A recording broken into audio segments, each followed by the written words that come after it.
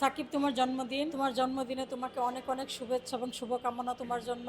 একটা কথা আছে না, হাতি মরলেও লাখ টাকা, বাঁচলেও লাখ টাকা। সাকিব খান সাকিব খানি, ওর সাথে কাজ করেছি অনেক শুরু থেকে, আমাদের সাথে আমরা অনেক কাজ করেছি। সেই তেপান্তর সাবার, তুমি আমাকে তেপান্তর থেকে তুমি আমাকে নামিয়ে দিতা তোমার গাড়িতে করে, বরাবরই চুপচাপের ভিতরে তুমি আমার সাথে অনেক গল্প করতা। সাকিব শুরু থেকে চুপচাপ, ও কোনো হই হুল্লাতেও যায়ও না এবং হই হুল্লা হয়তো বা পছন্দ করে না, ও বরাবরই চুপচাপ বসে থাকে। ও যখন সুপারস্টার মেগা স্টার হয়েছে, স্বাভাবিক এখন নর্মাল যদি কোনো সিনিয়ররা যায়, ও তো লাভ দিয়ে উঠে দাঁড়াবে না, তবে ও যাদের সামনে উঠে দাঁড়ায় সেটা দাঁড়াই, এটা অস্বীকার করার মতো কেউ না। ও সম্মান দেয়, সিনিয়রদেরকে সম্মান দেয়। এখন কেউ যদি 2 দিনের জন্য সিনিয়র হয়ে যদি বলে আমাকে সম্মান দিল না, তাহলে তার হবে না। নেক্সট সিজন 4 নম্বর ফ্লোরে শুটিং হচ্ছে, আমি গেছি, আমাকে দূর থেকে অন্ধকারে বসিয়ে দেখছে, হাতে হয়তো একটা সিগারেট ছিল, আমি ফলো করলাম দূর থেকে, সিগারেটটা ফেলে দিয়ে পা দিয়ে আগুনটা নিভিয়ে দিল। আপু আপু বসো বসো, আপু বসো। এই যে সম্মানটা, বরাবর এইভাবে সম্মান দেয় সিনিয়রদেরকে, এভাবে সম্মান। ও বরাবরই আর খুব ব্রেনি মেধাবী ছিল। ও ডিরেক্টর যেভাবে ডিরেকশন দিত ঠিক সেটাই ও করতো, বরং তার চেয়ে ভালো করতো। নিশ্চয় নাটক থেকে আসছে, নাটকে তারা সুপারস্টার, সিনেমা সুপারস্টার হইতে গেলে সাকিবের মতো সময়গুলি পার করুক, তারপরে দেখা যাবে। একদিনে 2 দিনে সুপারস্টার হওয়া এত মুখের কথা না। সাকিব, তোমার জন্মদিন আজকে, তোমার জন্মদিনে তোমাকে অনেক অনেক শুভেচ্ছা এবং শুভকামনা তোমার জন্য। ভালো থেকো, সবসময় তুমি সাকিব খান হয়েই থেকো আমাদের মাঝে। ভালো থেকো, happy birthday to you Sakib. ওর সাথে কাজ করেছি অনেক শুরু থেকে, আমাদের সাথে আমরা অনেক কাজ করেছি। সেই তেপান্তর সাবার, দৌড়াদৌড়ির রূপে ছিলাম। সাকিবের হয়তো তোমার মনে নাই, অনেক সময় তুমি আমাকে তেপান্তর থেকে তুমি আমাকে নামিয়ে দিতা তোমার গাড়িতে করে। তো গাড়িতে অনেক বসে অনেক গল্প হতো ছোটোখাটো, তুমি বরাবরই চুপচাপের ভিতরে তুমি আমার সাথে অনেক গল্প করতা। আজকে সেই গল্পগুলি তোমার হয়তো মনে নাই। তো এমনি এছাড়া কোনো স্মৃতি এরকম নাই, কারণ ও বরাবরই চুপচাপ, তো কোনো হই হুল্লাতেও থাকে না, তাই ওর সাথে ওরকম মানে স্মরণীয় কোনো স্মৃতি নাই।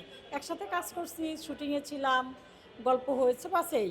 সাকিব শুরু থেকে চুপচাপ, ও কোনো হই হুল্লাতেও যায়ও না এবং হই হুল্লা হয়তো বা পছন্দ করে না, ও বরাবরই চুপচাপ বসে থাকে। শুটিং শেষ করে একা একা চুপচাপ বসে থাকে। ওখানে গল্প করার মতো, কথা বলার মতো যে কেউ থাকে, ছোটো ছোটো করে কথা বলে। ওই কোনো চিল্লাফাল্লা কোনো কথা আমি শুনি নাই ওর কাছে। ও যখন সুপারস্টার মেগা স্টার হয়েছে, তো স্বাভাবিক এখন নর্মাল যদি কোনো সিনিয়ররা যায়, ও তো লাভ দিয়ে উঠে দাঁড়াবে না, তবে ও যাদের সামনে উঠে দাঁড়ায় সেটা দাঁড়াই, এটা অস্বীকার করার মতো কেউ না। ও সম্মান দেয়, সিনিয়রদেরকে সম্মান দেয়। এখন কেউ যদি 2 দিনের জন্য সিনিয়র হয়ে যদি বলে আমাকে সম্মান দিল না, তাহলে তার হবে না।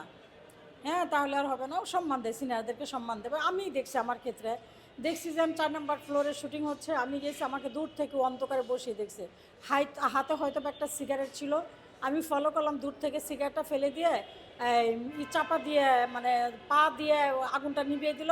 আপু আপু বসো বসো, আপু বসো। এই যে সম্মানটা, বরাবর এইভাবে সম্মান দেয়, সিনিয়রদেরকে এভাবে সম্মান দেয়। আর কেউ যদি অস্বীকার করে, এটা করার কিছু নাই। ও বরাবরই আর খুব ব্রেনি মেধাবী ছিল। ও ডিরেক্টর যেভাবে ডিরেকশন দিত ঠিক সেটাই ও করতো, বরং তার চেয়ে ভালো করতো। হাস্যকর একটা ডায়লগ, একটা কথা আছে না, হাতি মরলেও লাখ টাকা, বাঁচলেও লাখ টাকা। সাকিব খান সাকিব খানি, আফরান নিশু সিনেমা থেকে আসছে, নিলয় ওরা নাটক থেকে আসছে, আফরান নিশু নাটক থেকে আসছে, নাটকে তারা সুপারস্টার, সিনেমা সুপারস্টার হইতে গেলে সাকিবের মতো সময়গুলি পার করুক, তারপরে দেখা যাবে। একদিনে 2 দিনে সুপারস্টার হওয়া এত মুখের কথা না।